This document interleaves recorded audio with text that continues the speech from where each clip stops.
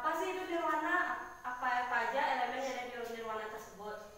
Kemudian yang ketiga menjelaskan tentang estetika dalam mendesain grafis. Selanjutnya Ibu akan menjelaskan pembahasan pertama yaitu dasar-dasar desain grafis. Di mana dasar-dasar desain grafis ini dibagi menjadi dua bagian. Yang pertama yaitu elemen-elemen desain, yang kedua yaitu konsep dasar desain. Elemen-elemen desain ini memiliki 5 bagian yang harus ada dalam satu desain, yaitu yang pertama ada warna, 2 garis, 3 bentuk, 4 ruang, dan 5 tekstur. Berikut ini Ibu akan melihatkan video dan penjelasan dari elemen-elemen desain ini. Garis dalam desain grafis dibagi menjadi 4, yaitu garis vertikal, horizontal, diagonal, dan kurva. Nah, selain itu juga garis memiliki style atau gaya. Yang pertama ada namanya garis lurus, kemudian garis dot, lalu garis dash, garis kaligrafi, dan juga ada yang disebut dengan garis artistik. Dalam pekerjaan desain grafis, garis digunakan kurang lebih untuk memisahkan posisi antara elemen grafis lainnya di dalam suatu halaman. Selain itu, garis juga berfungsi sebagai petunjuk, penjelas, penekanan kata, outline foto, dan juga bisa digunakan untuk membuat suatu pola. Contoh dari penerapan garis itu misalnya pada sebuah tabloid, di mana garis digunakan untuk memisahkan nama dengan berita, lalu digunakan juga untuk memisahkan antara periode terbit. Kita masuk pada elemen yang selanjutnya, yaitu elemen bentuk. Bentuk ini menurut Sony Kartika, pengertiannya adalah suatu bidang yang terjadi karena dibatasi oleh sebuah kontur atau garis, dan juga dibatasi oleh adanya warna yang berbeda, atau oleh gelap terang pada satu arsiran, atau karenanya ada tekstur. Bentuk bisa berupa wujud alam atau figur, dan juga bisa tidak menyerupai wujud alam atau disebut dengan non-figur. Nah, bentuk itu sendiri memiliki yang namanya perubahan wujud, yaitu stilisasi, distorsi, dan transformasi. Makna ini dikonstruksi dalam grafis 2 dimensi. Lazim juga disebut area. Sedangkan dalam grafis 3 dimensi, bentuk disamaartikan dengan massa. Bentuk juga memiliki beberapa macam, contohnya adalah karakter dan juga simbol. Kita masuk pada elemen yang selanjutnya, yaitu elemen ruang. Nah, ruang ini menurut Kusmiati dalam teori dasar desain komunikasi visual menjelaskan bahwa ruang ini terjadi karena adanya persepsi mengenai kedalaman, sehingga terasa jauh dan dekat, tinggi dan rendah, yang kemudian tampak melalui indera penglihatan. Jadi, meskipun gambar atau desain itu dibuat dalam bentuk 2 dimensi, misalnya foto ataupun gambar yang di print out, namun hasil yang terlihat seakan-akan benda atau objek yang ada di gambar tersebut bisa terasa jauh, terasa dekat, terasa tinggi, atau terasa rendah. Nah, semua ini terjadi akibat dari persepsi indera penglihatan kita. Selanjutnya, fungsi dari elemen ruang ini dalam praktik desain grafis koran misalnya digunakan sebagai ruang bernapas bagi mata pembaca. Hal ini dimaksudkan agar pembaca tidak terlalu lelah ketika membaca teks yang relatif panjang. Dan ruang kosong juga memberikan penegasan atau pemisah antar kolom di dalam sebuah koran. Selain itu, dia juga memberikan kesan desain yang rapi dan juga lapang. Hal ini juga diistilahkan atau istilah lainnya disebut dengan white space atau ruang kosong. Ruang kosong berarti ketidakberadaan teks maupun gambar. Benar-benar kosong Tapi bukan berarti tempat itu terbuang sia-sia. Karena ruang kosong itu adalah bahasa tersendiri dari desain yang kita buat. Kita masuk pada elemen yang selanjutnya, yaitu tekstur. Tekstur adalah unsur rupa yang menunjukkan rasa dari permukaan suatu bahan tertentu yang sengaja dibuat dan dihadirkan dalam susunan untuk mencapai bentuk rupa, baik dalam bentuk nyata maupun semu. Misalnya kesan tekstur kayu, bulu, atau gelas. Sedangkan menurut Kusmiati, tekstur itu adalah sifat dan kualitas fisik dari permukaan suatu bahan atau material seperti kasar, mengkilap, pudar, kusam yang dapat diterapkan secara kontras dan juga serasi. Elemen yang terakhir dalam desain grafis adalah warna. Jika kita ditanya mengenai apa saja yang membedakan antara jeruk nipis dan jeruk bali, kira-kira apa jawaban kita? Secara fisik, barangkali kita akan menjawab bahwa jeruk nipis lebih kecil daripada jeruk bali. Dan kemungkinan kedua, jawaban kita adalah jeruk nipis yang sedang kita pegang misalnya berwarna hijau dan jeruk bali berwarna kuning.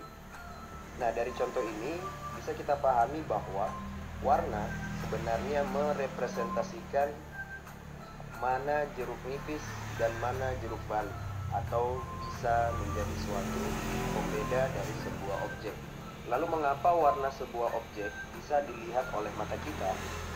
Warna sebuah objek ditentukan bagaimana cahaya yang jatuh pada objek dan kemudian dipantulkan ke mata kita. Sebab cahaya memiliki yang namanya spektrum atau rangkaian otomatis warna. Dan spektrum warna tersebutlah yang membantu manusia mengenali warna. Spektrum warna secara fisika direpresentasikan dengan cahaya putih, semisal dari matahari atau bola lampu. Sebab warna-warna yang dikandungnya dikeluarkan seimbang.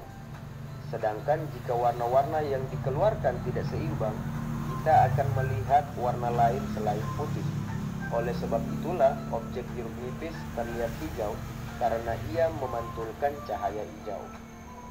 Selanjutnya, warna itu dihasilkan oleh matahari, lalu kemudian bisa dilihat dengan ukuran 400 sampai 700 nanometer. Sementara fungsi dari warna itu sendiri adalah sebagai hal yang digunakan untuk menarik perhatian, membuat suatu gambar atau desain terkesan lebih realistis. Bisa juga digunakan untuk sebagai penekanan pada elemen tertentu. Baik, setelah Anda melihat video tadi, apakah Anda sudah mengerti apa saja perbedaan dari elemen-elemen desain ini? Paham. Oke, selanjutnya Ibu akan membagi kita menjadi beberapa kelompok. Kita akan mendiskusikan untuk pembahasan yang kedua tadi, yaitu tentang nirmana dan juga estetika desain grafis. Di sini Ibu akan membentuk dua kelompok ya. Kelompok pertama Adia, kelompok kedua Dila. Ini bahannya Ibu kasih ya. Nirmana, estetika desain grafis. Dan Ibu juga akan memberikan sumber buku di mana anak-anak bisa mencari di sini tambahan dari materi yang Ibu kasih. Oke, Ibu kasih waktu 30 menit ya.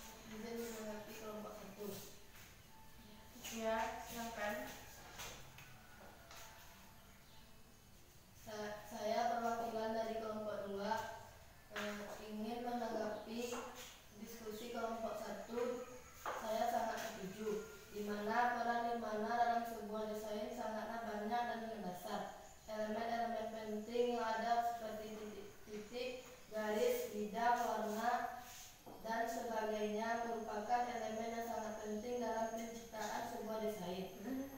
Ya. Baik, hanya itu yang dapat saya sampaikan. Sekian, terima kasih. Ya, terima kasih kepada kelompok 2 yang telah memberikan tanggapan untuk kelompok 1. Oke, aku sudah beri untuk kelompok 1. Oke, selanjutnya kepada perwakilan kelompok 2, silakan presentasikan hasil diskusinya.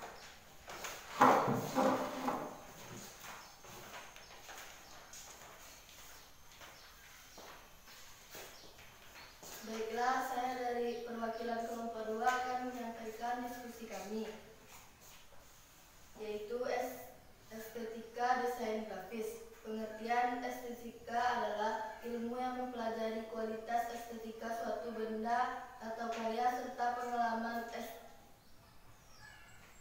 estetika pencipta maupun penghayat terhadap benda atau karya. Estetika adalah berasal dari kata Yunani aesthesis yang berarti perasaan, selera, pemisaan atau taste. Mengapa mengenal estetika? Pertama, karena karya seni atau desain yang alami maupun buatan begitu berharga sehingga dipelajari ciri-ciri khasnya demi karya seninya dan desain itu sendiri.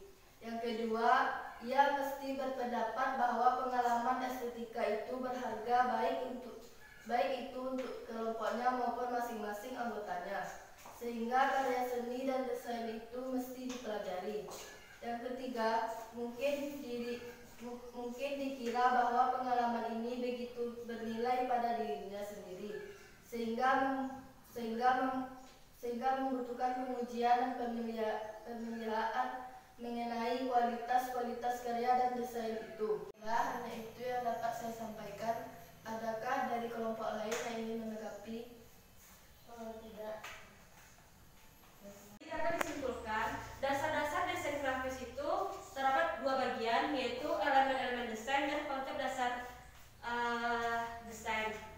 Jika pada suatu desain yang kita buat tidak menggunakan elemen-elemen desain secara lengkap, maka gambar yang kita buat itu tidak terlihat bagus atau tidak akan mengandung nilai estetika. Begitu juga dengan nirmana.